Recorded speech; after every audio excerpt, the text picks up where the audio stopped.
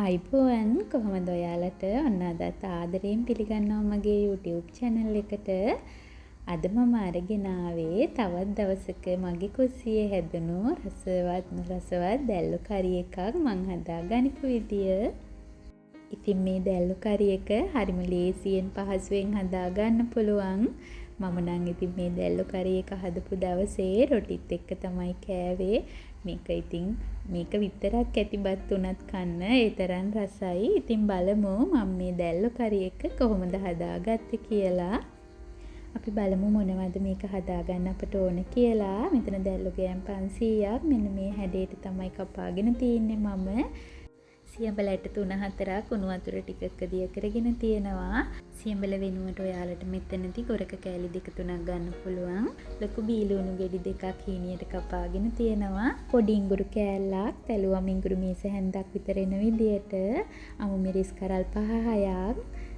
එතකොට ඉන්න සාල්, කුරුඳු, කරාබු නැටි 3 ගානේ, රම්පි කරපිංචා, සුදු ලුණු ගෙඩි 4-5ක් හීනි වෙන්න තලාගෙන ඊට අමතරව 3-5 ටික තමයි ඕන වෙන්නේ. මම වළඳක් ලිපේ තියලා තෙල් මේස හැඳි 3ක් වළඳට දාගන්නවා.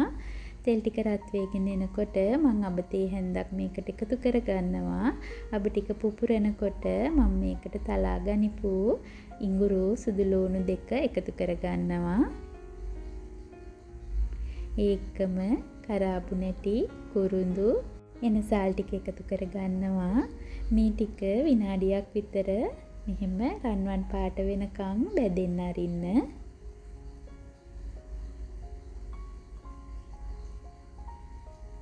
මේ ටික රන්වන් පාට වෙනකන් බැදුනම අපි කපා ගනිපු අමු මිරිස් ටික එකතු කරගන්නවා. මම අමු මිරිස් කරලක් දෙකට පළල තමයි මේ විදියට අරගෙන තියෙන්නේ. ඉතින් අමු මිරිස් ටිකත් පොඩි වෙලාවක් තෙලේ බැදෙන්න අරින්න. ඊට පස්සේ අපි කපා ගනිපු රට ලුණු ගෙඩි 2ක ලුණු ටික මේකට එකතු කරගෙන ලුණු ටික හොඳට තෙම්පරාදු කරගන්න. ලුණු වල පාට වෙනස් වෙලා පොඩි දිස්න ගතියක් එන ගානට මේක තෙම්පරාදු කරගන්න ඕන.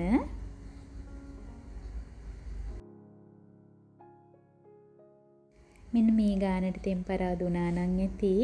දැන් මම මේකට මිරිස් කුඩු මේස හැඳි එකක් එකතු කරගන්නවා. ඒ වගේම කොත්තමල්ලි කුඩු තේ හැඳි එකක් එකතු කරගන්නවා. ගම් මිරිස් කුඩු තේ හැඳි එකමාරක් එකතු කරගන්නවා. ගොඩාක් සැරකන්න නැති කෙනෙකුට නම් මේ වයිස පොඩ්ඩක් ප්‍රමාණ අඩු කරගන්න පුළුවන්. බෙදපු 3-5 කුඩු තේ හැඳි භාගෙකුයි, කහ කුඩු තේ හැඳි භාගෙකුයි, ලුණු කුඩු තේ හැඳි එකකුයි එකතු කරගන්නවා. ලුණු තමන්ගේ රස අනුව එකතු කරගන්න. දැන් මේ ටික හොඳට ලුණුත් එක්ක කවලම් කරගෙන පොඩි වෙලාවක් තෙම්පරාදු කරගන්න ඕන.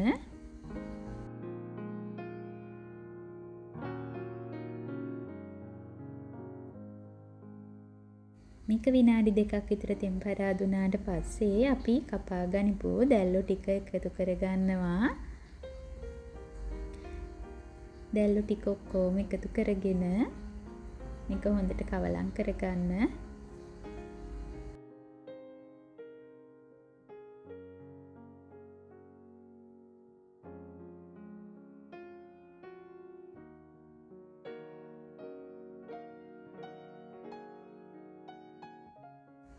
මම දැන් මේකට සියඹල ටික එකතු කරගන්නවා. ඒ වගේම දැල්ලු ටික වැහෙන ප්‍රමාණයට වතුර එකතු කරගන්නවා. වතුර ගොඩාක් වැඩි කරගන්නත් එපා. පොඩි ගතියට ඕනේ නම් විතරක් වැඩිපුර වතුර එකතු කරගන්න. නැත්නම් දැල්ලු වැහෙන ගානට දාගන්න. රම්පේ කරපිංච ටිකත් එකතු කරගන්නවා. දැන් මේ ටික ඔක්කොම හොඳට කවලම් කරගන්න. දැල්ලු කියන්නේ ටිකක් උෂ්ණ ආහාරයක් කියලා තමයි කාතරත් ප්‍රසිද්ධ. ඉතින් සියඹලත් ටිකක් උෂ්ණාධික ආහාරයක් කියලා තමයි කියන්නේ. ඉතින් ඔයාලට මෙතනදී ගොරක පාවිච්චි කරන්න පුළුවන් සියඹල වෙනුවට. උෂ්ණාධික ආහාර ගන්නේ නැති අයට ඒත් ඉඳලා හිටලා හරි දැල්ලු ටිකක් හදන කෙනෙකුට ගොරක පාවිච්චි කරන්න පුළුවන්. ඒ වගේම මේ කරි එක උයලා ඉවර වෙලා අපට අන්තිමට උෂ්ණාධික බව අඩු කරගන්න දේවල් එකතු කරගන්න පුළුවන්. දැන් මම මේක වහලා විනාඩි 15ක් විතර උයා ගන්නවා. මේ විනාඩි 15කට පස්සේ අපේ දැල්ලු කරි එක මේ වෙලාවේ හරිම සුවඳයි. දැල්ලෝ වල ඉස්ම ටිකක් වැඩිපුර ඕන කෙනෙකුට තව ටිකක් වතුර එකතු කරගන්න පුළුවන්. මොකද දැන් මේ මැටි වලඳ නිවෙනකොට තව මේකේ ඉස්ම ගතිය අඩු වෙනවා.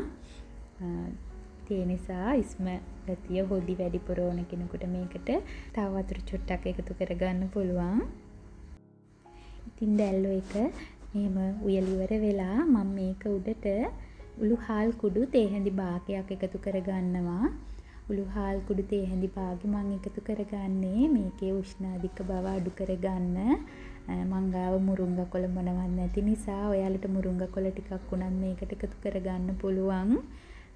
උළු හාල් ගොඩක් එකතු කරගන්න එපා. උළු හාල් ටිකක් තිත්තයිනේ. උළු හාල් වැඩි වුණොත් මේක තිත්ත රසක් එන්න පුළුවන්. උළු හාලුයි මුරුංගා කොළයි දෙකම උනත් අපිට මේකට එකතු කරගන්න පුළුවන්. සිසිල් බව වැඩි කරගන්න තව පොල් කිරි චුට්ටක් එකතු කරගන්නත් පුළුවන්. ඒ වගේ දේවල් වලින් අපිට උෂ්ණ අධික කෑම උෂ්ණ ගතිය අඩු කරන්න එහෙම දේවල් කරන්න පුළුවන්. මේ තියෙන්නේ අපේ දැල්ලු කරි එක හදලා ඉවර වුණාට පස්සේ මම කිව්වේ නිවෙනකොට තව වතුර ඉස්ම ගතිය අඩු වෙනවා කියලා. ඉතින් දැන් මේ තියෙන්නේ තත්ත්වයේ. ඉතින් මේක හරීම සුවඳයි, හරීම රසයි. ඉතින් ඔයාලත් හදලා බලන්න. ඉතින් ඔයාලත් මේ දැල්ලු කරි එක දැල්ලු ගෙනා වෙලාවක හදලා බලන්නකෝ. මේ විදියට හදලා බලලා රස කොහොමද කියලා මටත් කියන්නකෝ. දැල්ලෝ ඉතින් නිරන්තරයෙන්ම අපි හදන කෑමක් නෙමෙයි නිසා ඉතින් ගෙනාපු වෙලාවට අපි බලන්නේ ගොඩක්ම රසට හදාගන්නනේ. ඉතින් ඔයාලත් මේ විදියට දැල්ලෝ එකක් හදලා බලන්නකෝ. මේක හරීම රසයි.